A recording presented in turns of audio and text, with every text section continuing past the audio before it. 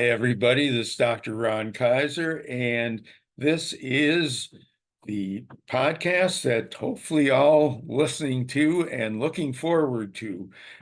It is Growing Older with Enthusiasm. We've covered a number of topics, including winning in overtime, coaching, and again, I'm still hoping that I'll talk with more of you about my coaching program, whether I'm a fit for you or not, but to help you to become better versions of yourself, coaching may be appropriate for you. But that's not what we're talking about today. Today, we're talking about sort of a do-it-yourself kind of thing, namely how you can relate with other generations. And so I have my co-host, Neil Haley, here. Let's first of all, welcome, Neil, and Absolutely. let's It's talk about this. growing older with enthusiasm. I'm in the phase at 51 that I'm not there yet. Even though I guess you can start calling yourself a retiree and get that discount in about 55, but I sure as heck don't feel it. And I think that's the ultimate thing when we grow older. We want to keep growing. And that's the mistake. People, when they grow older, don't want to grow anymore. That's why I guess staying in touch with your topic today is so important, because if we start acting like everyone around us that are our age, we're not going to grow older with enthusiasm at all. Yeah, no, absolutely. Because uh, before my wife passed away, we kind of had figured out, for example, that if we went to dinner with two other couples, sometimes we could avoid this with one couple, but by the time you go to two other couples, at least one of the participants going to start talking about their medical issues, and that becomes a form of socialization. Others will talk about, how the world has changed for the worst. And, I guess there is some validity to it in various ways, but it hasn't gotten worse for older people more so than younger people. So that, the reality is that if you stick with your own, just like, if you are a young person who rejects any interaction with older folks, you miss a lot.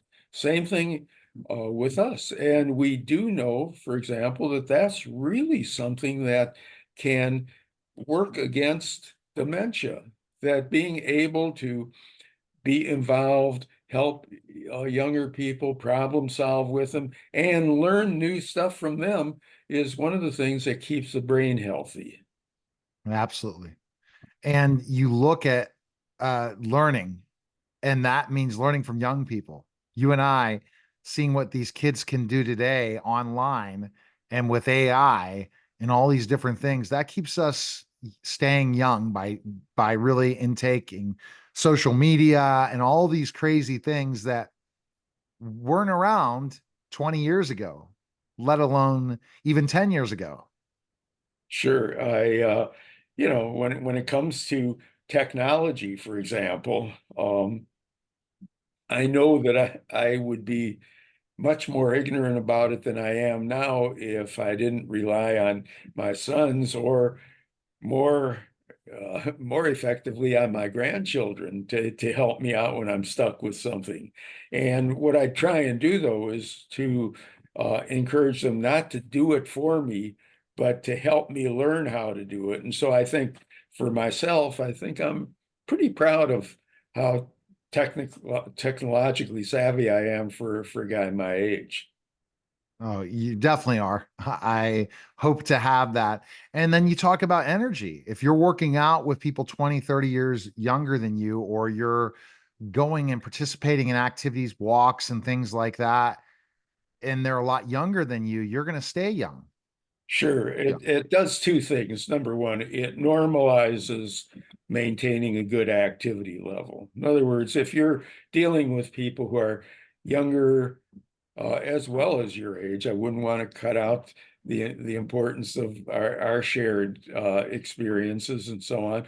But if you're dealing with people who are younger, then then what you're doing doesn't seem strange. I know some people will say, "Hey, you're going to be 87 next week. Uh, you should how do you get the energy to walk 4 miles or 5 miles, whatever it may be? Um, the person I'm walking with is doing it. Why can't I?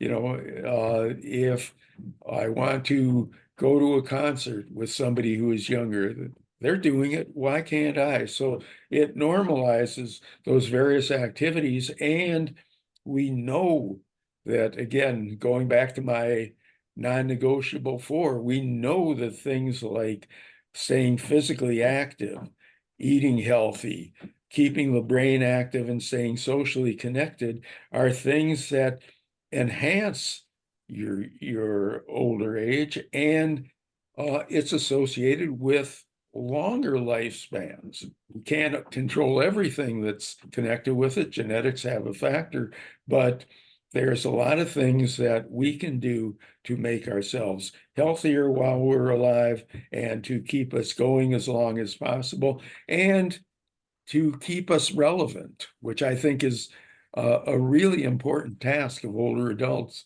to stay relevant. And you're only relevant as long as various generations see you as relevant. Right, exactly. And that means researching, looking at specific things. So we talked about the activity of being around people. Let's talk about the socialization aspect. We've talked about intelligence. We've talked about health, like wellness, like working out, being active. What about the whole lingo and conversations and how younger people act differently than we do? How does that help us?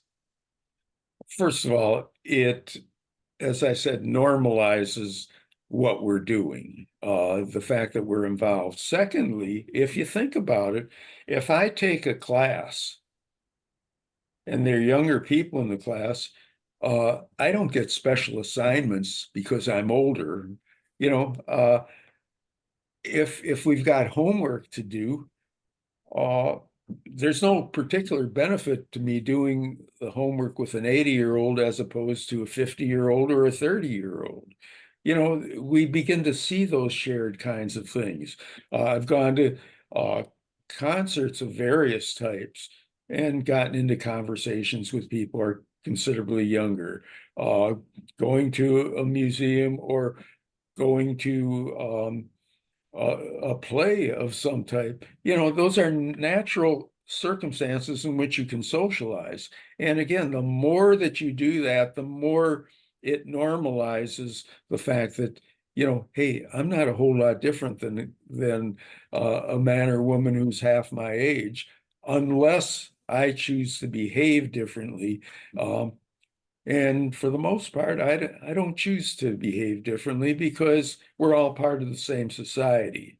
And I'd say the same thing the other way around. I think that uh, I know that I wish that I'd have been a little more attentive to, the wisdom of older adults when I was younger.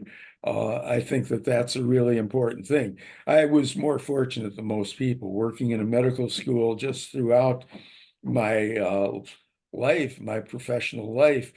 We got to see some of the most brilliant people in the world in terms of incoming interns, residents, and so on. And we also had some of the brightest physicians and other professionals.